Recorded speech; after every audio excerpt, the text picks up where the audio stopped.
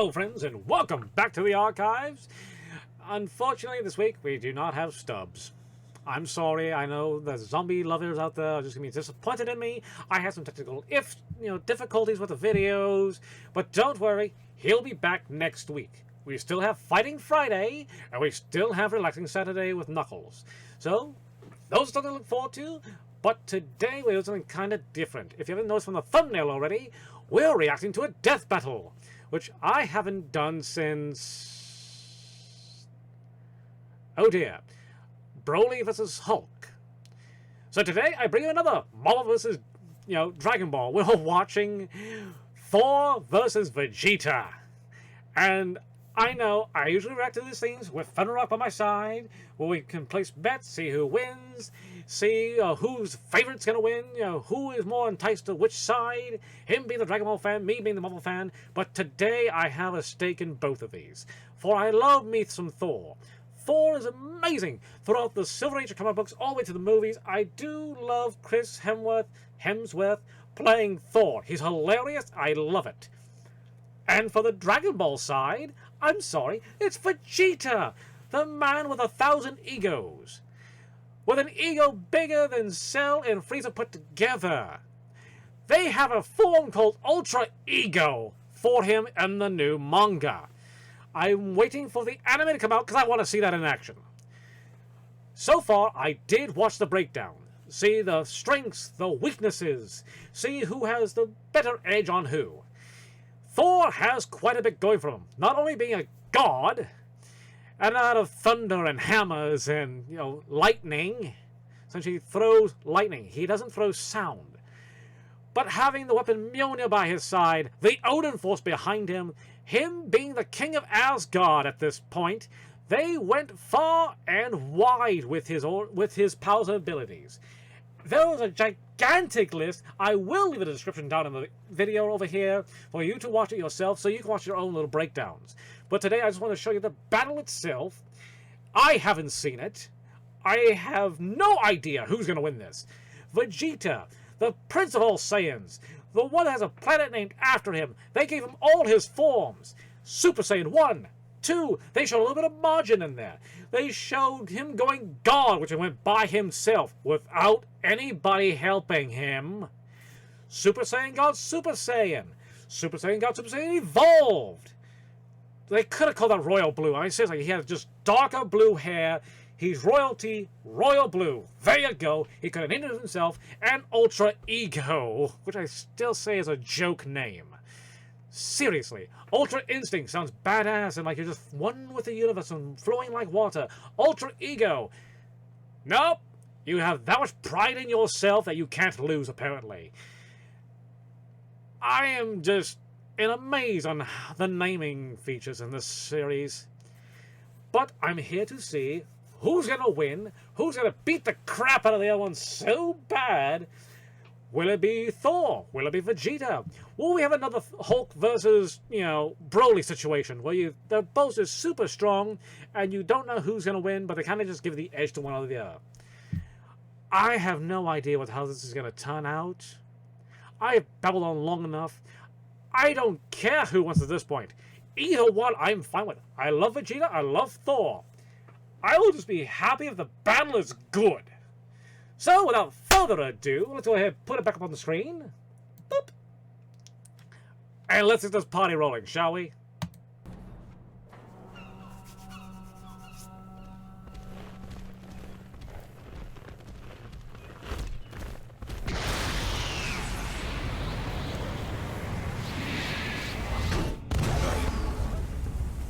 Oh there, mighty warrior.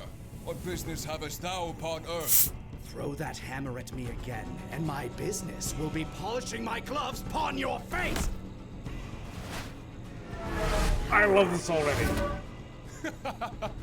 Didst that count?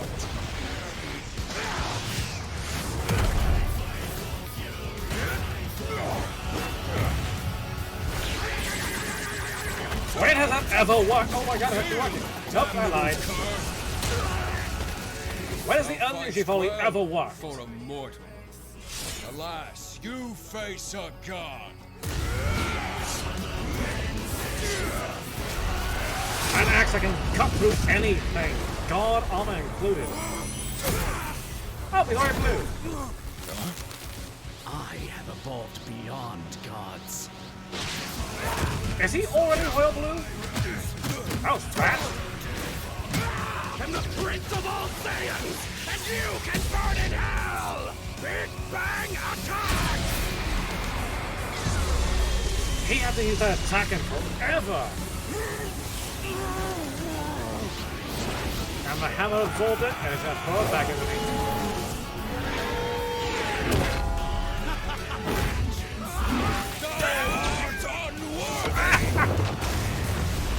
I think the Vegeta is not worthy of the hammer, apparently. And there's Ultra Ego.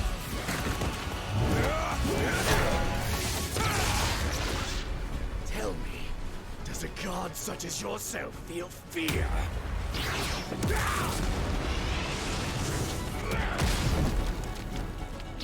Oh no.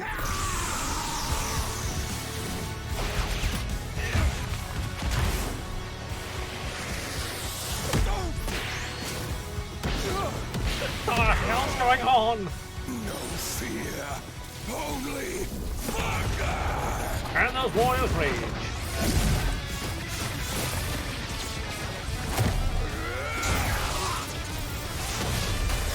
Oh! All you will feel is oblivion! Are you gonna try to Hakai him? Oh, they're gonna cut it. Feel heaven's wrath!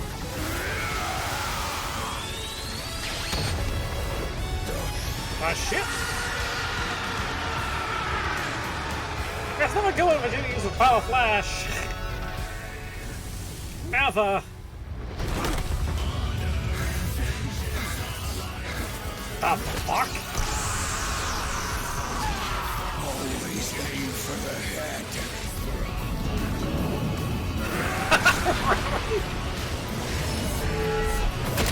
Oh!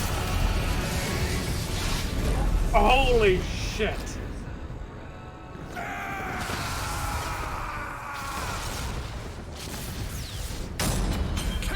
The fuck? I get it. Thor won because he's a natural blonde. Despite Vegeta's immense power and tenacity, the God of Thunder had him outmatched in several key areas. First off, the big one, who was stronger. Despite being up against the God of Strength, Vegeta actually matched up pretty closely with Thor. Both could output power far in excess of destroying a single universe. It's always tough to get an exact number for Dragon Ball Super Okay. characters, but we can combine the size of Universe 7 with Um, multipliers from Vegeta's transformations to get I want to a keep estimate. watching this, It's but important I to note also that Ultra Ego's have my power own boost thoughts. has never been stated. But we do know that Super Saiyan Blue Goku and Super Saiyan Blue Vegeta were roughly even in power.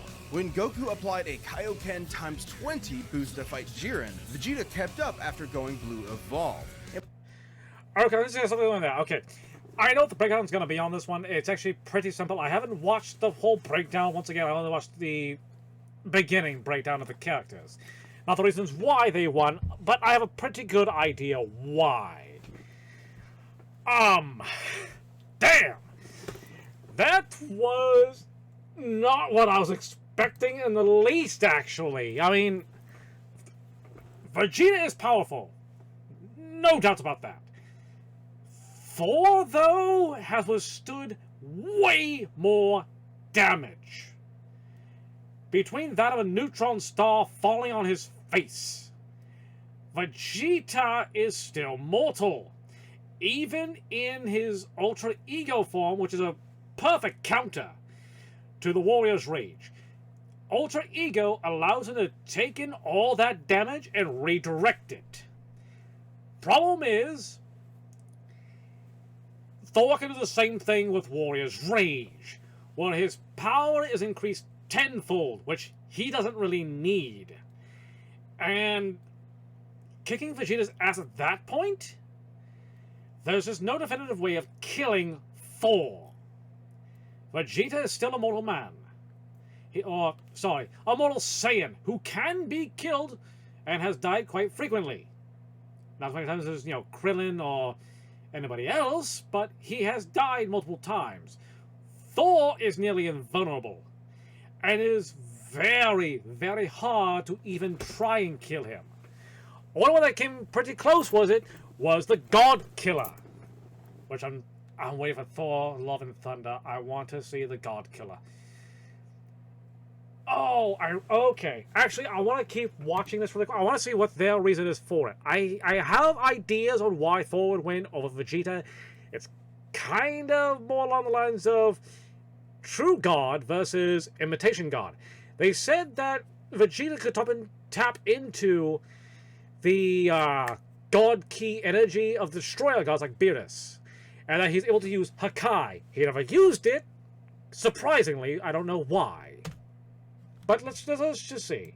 Implying that both increases in power are roughly the same increase. Similarly, Blue Vegeta matched base Top, and needed Blue Evolve to keep up with Top's God of Destruction form, which is extremely similar to Ultra Ego in theme and purpose. Given this is the best current example of a measurable form akin to Ultra Ego, we can assume that Ultra Ego's boost in power, at least initially, could be extremely similar in terms of a percentage increase, making Ultra Ego's original state about 20 times more powerful than Blue Evolve.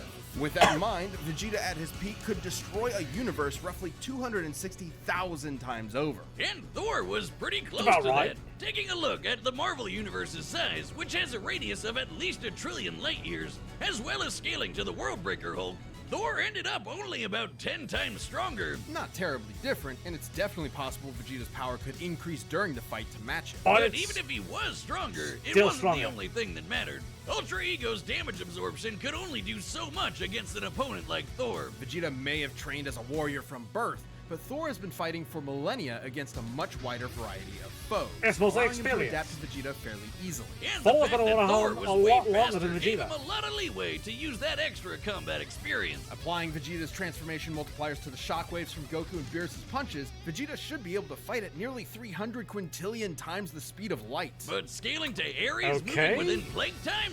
Thor would be over 70 quadrillion times faster. More than fast enough to avoid Vegeta's key attacks, and even more importantly, absorb all of them with Mjolnir. That's right. Mjolnir can actually absorb power, either whether it be ki or energy, radiation, you name it. He can absorb it and actually redirect it. Meaning that no matter what Vegeta threw it at him, energy-wise, Mjolnir can just fire it right back if he feels like it.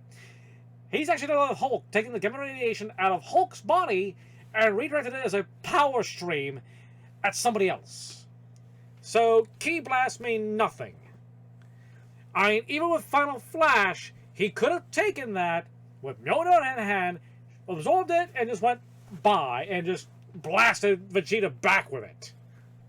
This alone could shut down all of Vegeta's ranged attacks. Sure, Veggie could absorb it back with Spirit Vision, but he'd have to hit Thor first. And with that much of a speed difference, that's easier said than done. And since Thor can just will the energy out of somebody, he could just take it right back.